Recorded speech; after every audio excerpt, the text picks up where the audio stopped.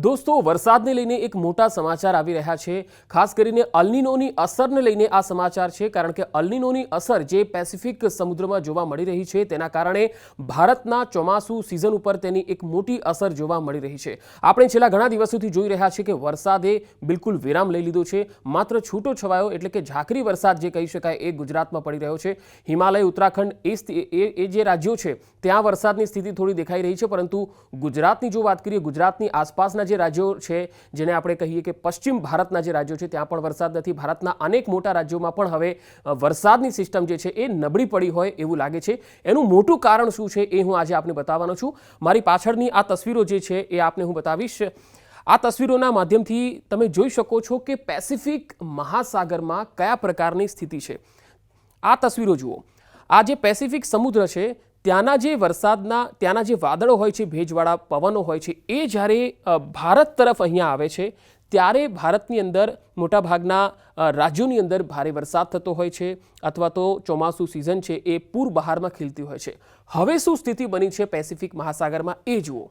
4 અલગ અલગ તોફાનો છે, 4 અલગ અલગ સિસ્ટમો છે એ સક્રિય થયેલી છે। આ તસવીર જુઓ। આ પહેલી સિસ્ટમ છે જે સૌથી વધારે સક્રિય દેખાઈ રહી છે।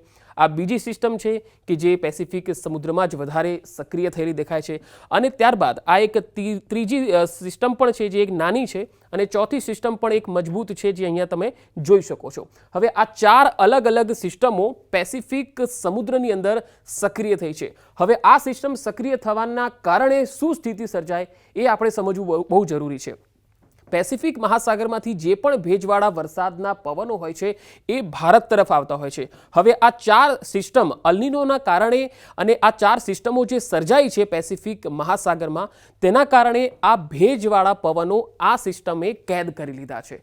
એના કારણે એ પવનો આગળ નથી આવી રહ્યા, એટલા માટે અત્યારે ભારતમાં અને મોટાભાગના રાજ્યોમાં વરસાદે વિરામ લઈ લીધો છે, એટલે કે બ્રેક લાગી ગઈ છે એવું આપણે કહી શકીએ છીએ। મોટાભાગે સ્થિતિ એવી બની છે કે નોર્થ પેસિફિક, આ પેસિફિક મહાસાગર જે છે તેમાં જો પોઝિટિવ હોય, અહીંયા જો પોઝિટિવ હોય તો અહીંયા હિન્દ મહાસાગર જે આ ભારતની નીચેનો ભાગ તમે જે જોઈ રહ્યા છો અહીંયા આગળ હાલમાં નેગેટિવ સ્થિતિ છે, એટલે કે ત્યાં જે પોઝિટિવ સ્થિતિ એટલે કે સમુદ્રનું જે પાણી છે, સમુદ્રનું જે નીચેનો ભાગ છે એ ગરમ હોય તો એ વરસાદ ત્યાં સારો રહે છે, પરંતુ હાલ અહીંયા નેગેટિવ છે, અહીંયા પોઝિટિવ નથી, એટલે કે અહીંયા હિન્દ મહાસાગરનો જે ભાગ છે એ ગરમ નથી, ઠંડો છે।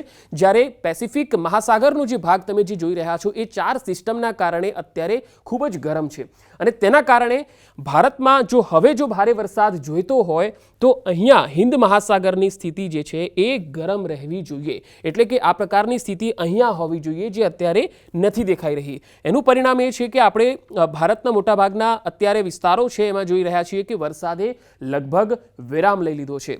એટલે હવામાનના આગાહીકારોનું પણ એ જ માનવું છે કે પેસિફિક મહાસાગરની અંદર જે 4 તોફાનો સક્રિય થયા છે તેના કારણે ભારતમાં જે ચોમાસું છે એ પાછું ખેંચાયું છે। ચિંતાની વાત હવે એ છે કે આપણે જે ઓગસ્ટમાં ભારે વરસાદનું અનુમાન વ્યક્ત કરતા હતા, આમ તો દર વખતે ઓગસ્ટમાં વરસાદ સારો પડતો જ હોય છે, પરંતુ આ વખતે અલ્નિનોના કારણે અને પેસિફિક મહાસાગરમાં જે સિસ્ટમો સક્રિય થઈ છે 4 તેના કારણે હાલમાં વરસાદ ખેંચાઈ ગયો છે, વરસાદ ઉપર બ્રેક લાગી છે। હાલમાં ગુજરાતમાં પણ ભારે વરસાદની કોઈ સ્થિતિ અત્યારે નથી દેખાઈ રહી। હવામાન વિભાગનું પણ માનવું છે કે આગામી ઘણા દિવસો સુધી ભારે વરસાદ હાલમાં આવવાની કોઈ શક્યતા નથી। તો ખેડૂતો માટે અહીંયા ચિંતાજનક વાત એ પણ કહી શકાય કે ખેડૂતો ભારે વરસાદ આવે અથવા તો સારો વરસાદ આવે ત્યારે ખેતીને ખેડવાનું અથવા તો આગળ ખેતી પાકો લેવાનું કામ કરતા હોય છે। ઓગસ્ટમાં થોડી ચિંતાજનક સ્થિતિ બનેલી છે, કારણ કે સિસ્ટમ જે રીતે બનેલી છે અલ્નિનોના કારણે જે સિસ્ટમ બની છે તેના કારણે ઓગસ્ટ મહિનામાં લગભગ ભારે વરસાદ આવે એવી શક્યતા બહુ જ ઓછી દેખાઈ રહી છે। વરસાદની તમામ અપડેટ્સ સૌથી પહેલા ન્યૂઝ 18 ગુજરાતી પર